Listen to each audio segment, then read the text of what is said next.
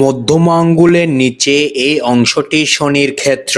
শনিদেব ন্যায়ের কারক গ্রহ এবং কর্মফলদাতা। এবার আমরা দেখব শনির ক্ষেত্রে কোন কোন রেখা যেতে পারে, শনির ক্ষেত্রে কোন কোন চিহ্ন থাকলে তার কি কি রেজাল্ট আমরা পেতে পারি। প্রথমে আসা যাক ভাগ্যরেখা। এই রেখাটিকে ভাগ্যরেখা বলে। বেশিরভাগ মানুষের হাতে এই রেখা থাকে। এই ভাগ্যরেখা করতলের বিভিন্ন স্থান থেকে উঠতে পারে। কেতুর ক্ষেত্র থেকে উঠতে পারে, আয়ু রেখা থেকে উঠতে পারে, আবার চন্দ্র ক্ষেত্র থেকে উঠতে পারে। যেখান থেকে উঠুক না কেন, শনি ক্ষেত্র পর্যন্ত যদি যায়, ঠিক এই রকম ভাগ্যরেখার উপরে যদি ক্রস চিহ্ন না থাকে, তিল চিহ্ন না থাকে, জপ চিহ্ন না থাকে, তাহলে জাতক নিজের চেষ্টায় প্রচুর অর্থ সম্পদের মালিক হতে পারবে। সেটা হবে 50 বছর পর থেকে। শনির ক্ষেত্রে তারকা চিহ্ন থাকলে জাতকের জীবনে অহেতুক বদনাম নেমে আসতে পারে। জীবনের উপর একটি কালো দাগ পড়ে যাওয়ার সম্ভাবনা তৈরি হয়।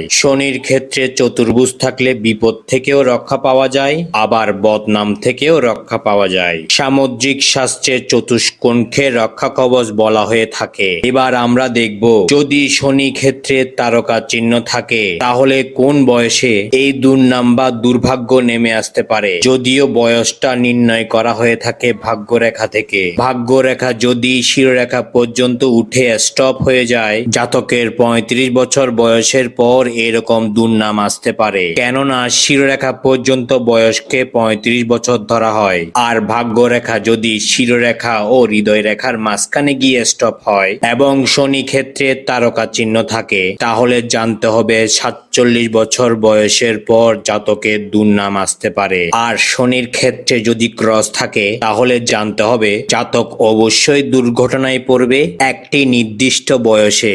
আগের মতো ভাগ্যরেখা থেকে বয়স নির্ণয় করে নিতে হবে, তাহলে কোন বয়সে দুর্ঘটনা হবে তা জানা যাবে। ভাগ্যরেখাটি যদি ক্রস চিহ্নকে স্পর্শ করে তাহলে জানতে হবে জাতক শেষ জীবনে বড় ধরনের দুর্ঘটনায় পড়বে, এমনকি সেই দুর্ঘটনার কারণে মৃত্যুও হতে পারে, অথবা অপরাধমূলক কাজ করার কারণে শেষ বয়সে ধরা পড়বে এবং জেলে যেতে হবে, এমনকি ফাঁসিও হতে পারে। যদি কোনো কারণে ক্রস চিহ্নটি চতুর্ভুজের ভিতরে থাকে অথবা শনির ক্ষেত্রে একটি ক্রস চিহ্ন এবং একটি চতুর্ভুজ চিহ্ন থাকে, তাহলে ফাঁসি হবে না, অর্থাৎ জীবন অবসান হবে না, কিন্তু বাকি জীবনটা কারাগারেই কাটাতে হবে। শনির ক্ষেত্রে যদি জব চিহ্ন থাকে, এই জব চিহ্নটিও ক্রস চিহ্নের মতো অশুভ ফল দিবে। সম্মানহানি হবে, অপযশ হবে এবং অর্থ নষ্ট হবে। যদি জব চিহ্নটি চতুর্ভুজের ভিতরে থাকে, এই চতুর্ভুজ চিহ্নটি জাতককে সব দিক থেকে রক্ষা করবে। আর যদি শনির ক্ষেত্রে ত্রিশূল চিহ্ন থাকে, এই ত্রিশূল চিহ্নটি অত্যন্ত শুভ চিহ্ন।